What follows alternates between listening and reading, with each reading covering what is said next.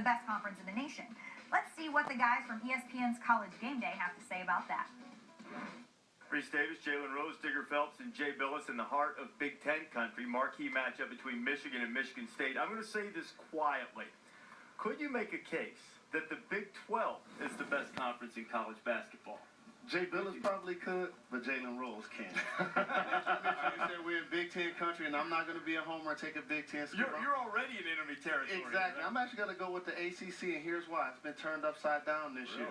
Yes, Syracuse and Pittsburgh, the way they played, and Virginia's coming on. I think Duke is going to continue to get better. I have to go with the ACC and their depth from top to bottom. Even though the Big Ten's had some teams losing like Wisconsin and Ohio State, I think they're just beating up on each other, which is going to make them tougher come March, and I still think the Big Ten's the best. Big 12 a little weak, maybe Kansas, Iowa State, and then some question marks. I love Oklahoma State. Well, the Big 12 right now is the top-rated conference in all these recognized metrics. So I think you can make a good case that the Big 12 is the best league, and it's only got 10 teams in it.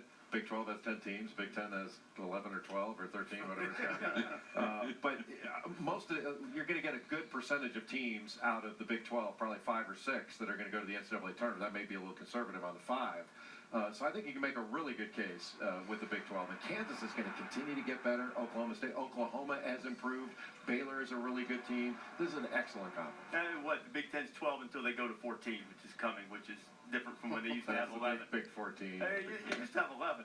Texas, though, you didn't mention Texas, but the Longhorns have been coming on. They've had some solid wins. How has Barnes turned this around this year? I think it's been more of a team chemistry thing than anything. I think there have been years past where his defense was better. The defense is ranked in the 30s in KenPom.com. Their offense has been good. They've gotten really good play out of their big guys. It's a good rebounding team. They've protected the lane pretty well. But I think the reason they're winning has more to do with how this team connects with each other and relates to each other and relates to the coaching staff.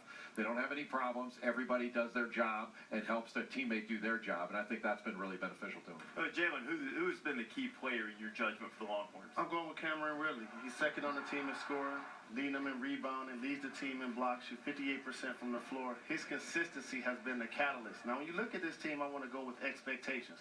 They didn't have any. So now they're able to sneak up on some teams, but he's been the player that's been the most consistent. And so now we'll see if Texas can continue this against a Baylor team that's a little bit desperate. So what's the key to the Texas-Baylor game Saturday afternoon? How do you attack that zone? And I think Rick Barnes knows from experience, they're not going to let up. They'll play as much zone as they can, no matter if it's a point zone or if they go 2-3. I think the key is how you drive and penetrate against that zone. Drive the gaps from the wing. Drive the gaps from the baseline. And put yourself in a position to where you collapse the zone, then kick it for the good shot. Don't take threes when you don't need them, because you can hit the 12-footers and then get on the glass, and that's how Texas controls that game against Baylor's zone. All right, Texas trying to control it. Baylor trying to turn their season around, at least in conference play. You can see the game 1:30 Eastern Time, 12:30 in the Lone Star State on ESPN3.